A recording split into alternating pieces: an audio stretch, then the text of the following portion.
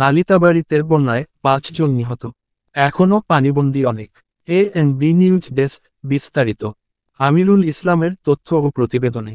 শেরপুরে নালিতাবাড়ী উপজেলার সীমান্তবর্তী পাহাড়ি ইউনিয়নগুলো ছাড়াও নদী তীরবর্তী অন্যান্য ইউনিয়ন ও নিম্নাঞ্চলের ইউনিয়নগুলো প্লাবিত হয়ে পড়েছে। শুক্রবার রাত থেকে পাহাড়ি নদীগুলোতে পানির তীব্রতা কিছুটা কমে এলেও বাকি অঞ্চলের নতুন নতুন এলাকা প্লাবিত হতে শুরু করেছে। সব মিলিয়ে অন্তত 10টি ইউনিয়ন প্লাবিত হয়েছে। এ উপজেলার পাশাপাশি পানিতে নিমজ্জিত আছে সবজিক্ষেত সহ চলতি আমন ধানের মাঠ। শুক্রবার দুপুরে উপজেলার নন্নী ইউনিয়নের অভয়পুর গ্রামের বাসির উদ্দিনের ছেলে হাতেম আলী 30 ও সহোদর আলমগীর 16 চেল্লাখালী নদীর ভেঙে যাওয়া পানির স্রোতে নিখোঁজ হয়।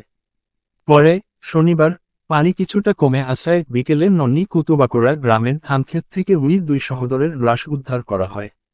একইভাবে শুক্রবার বন্যার পানিতে ডুবে মারা যান উপজেলার বাঘবের বালুরচর গ্রামের মানিক মিয়ার স্ত্রী অমিজা বেগম।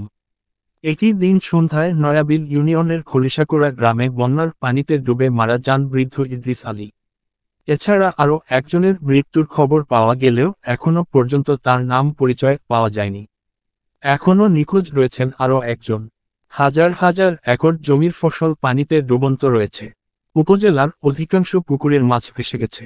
বর্তমানে চিকিৎসা, খাদ্য ও আবাসন সংকটে অনেকে নারী ও শিশুদের নিয়ে অবর্ণনীয় দুর্ভোগ পোহাচ্ছেন।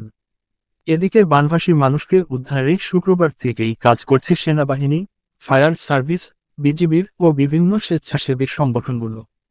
শনিবার দিনভর স্পিডবোট, নৌকা, ভেলা, টিউব ইত্যাদি নিয়ে চলে বন্যায় আটকে পোড়াদের উদ্ধার অভিযান। পানির তোড়ে অনেকের বাড়িঘর ভেসে গেছে। এখনও অনেকে পানিবন্দী রয়েছেন। এছাড়াও শুকনা খাবারসহ অন্যান্য খাদ্যসামগ্রী বিতরণ করা হচ্ছে বানভাসীদের মাঝে।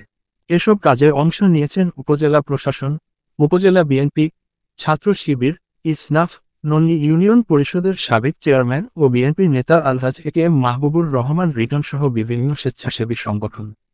এদিকে শনিবার বিকেল পর্যন্ত নিম্নাঞ্চলের মানুষকে নিরাপদ আশ্রয়ে ছুটতে দেখা গেছে। গবাদি পশুসহ কেউ আত্মীয় বাড়ি, আবার কেউ বা ছুটছেন আশ্রয় কেন্দ্রে। উপজেলার কয়েকটি প্রধান সড়ক পানির স্রোতে ভেঙে যাওয়ায় যান চলাচল বন্ধ রয়েছে। বেশ কিছু শিক্ষা প্রতিষ্ঠানে বন্যার পানি প্রবেশ করেছে। অধিকাংশ এলাকায় বিদ্যুৎ বিচ্ছিন্ন রয়েছে।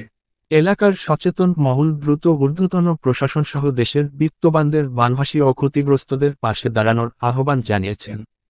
ANB News 24.com, Nalitabari, Sherpur.